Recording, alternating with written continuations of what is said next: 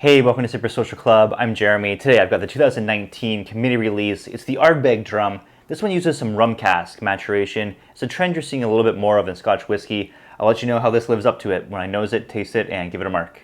This is bottled at 52% ABV, so noticeably less than other committee releases. Let's see how it is on the nose. So right away I get chemical notes like turpentine, paint thinner, that kind of thing. You get very strong pepper notes from this. You get white rum, just a little bit of like white rum influence. It kind of mixes in with this like new make spirit kind of note as well. Very youthful smelling on the nose. Very strong, pungent, and sharp. Almost get like a cheap tequila note from this as well. After that, you get a little bit of caramel, a little bit of vanilla,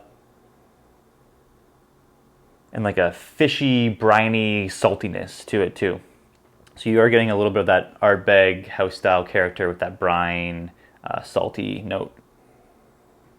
But overall, sharp, pungent, youthful nose. Let's go palate.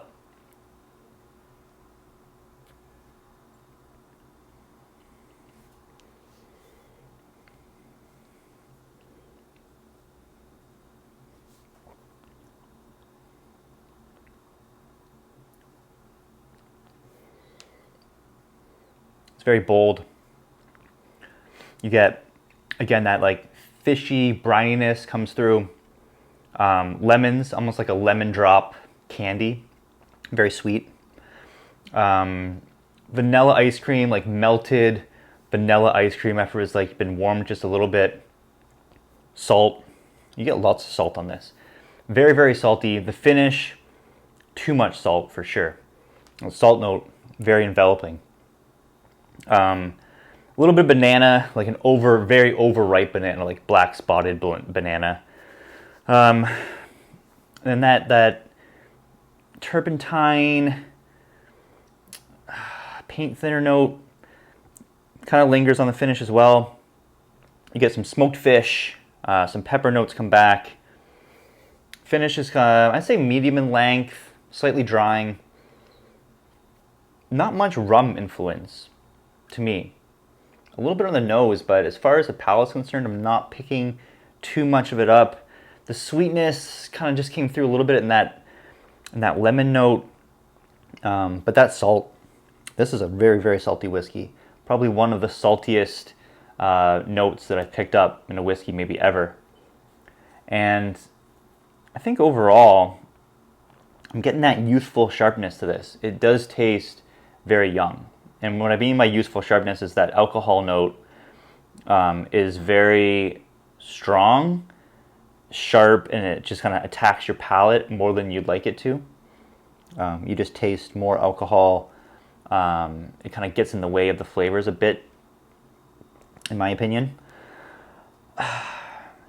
This whiskey is disappointing, in my opinion. It just seems like it needs to be aged longer. I'm picking out some decent complexity into this. There's some good notes in here. That smoked fish, the banana, the salt brine, you know, it's okay, but just overwhelming on the saltiness. The chemical notes, that turpentine, the paint thinner, those notes can be enjoyable, and I've definitely picked those up in other Ardbegs where they are good, but they're more mellow. They're not that sharp attack on your palate. They're more kind of balanced, they're more in the background, and they're more kind of refined. Here, they're very, very sharp and forefront. I think that kind of speaks to the youthfulness of this whiskey. I just think that this thing aged longer would have maybe done wonders for it. I feel like it has potential, and there are good notes in there, but overall, that chemical notes, the turpentine, the salt just overwhelm what I enjoy about this one. Disappointing. I feel like these yearly releases, especially from the Isla distilleries, like if you look at these things from Ardbeg or you look at the Carchis from Lefroy, the yearly pressure to put out a whiskey just seems like it's too much.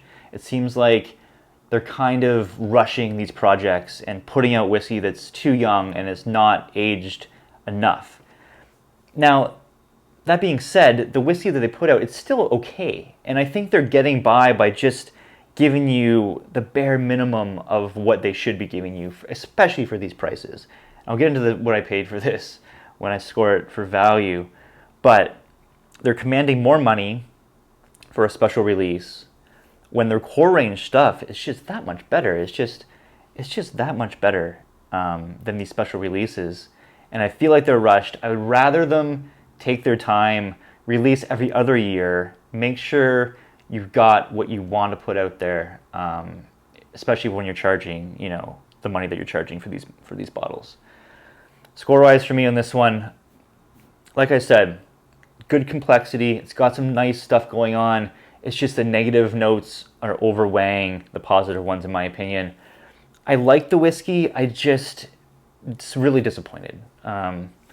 Score-wise for me, I'm going to give it 84. And I think 84 is a good score for this. Like I said, some things I really like about it. The negatives are just overwhelming it a little too much for me.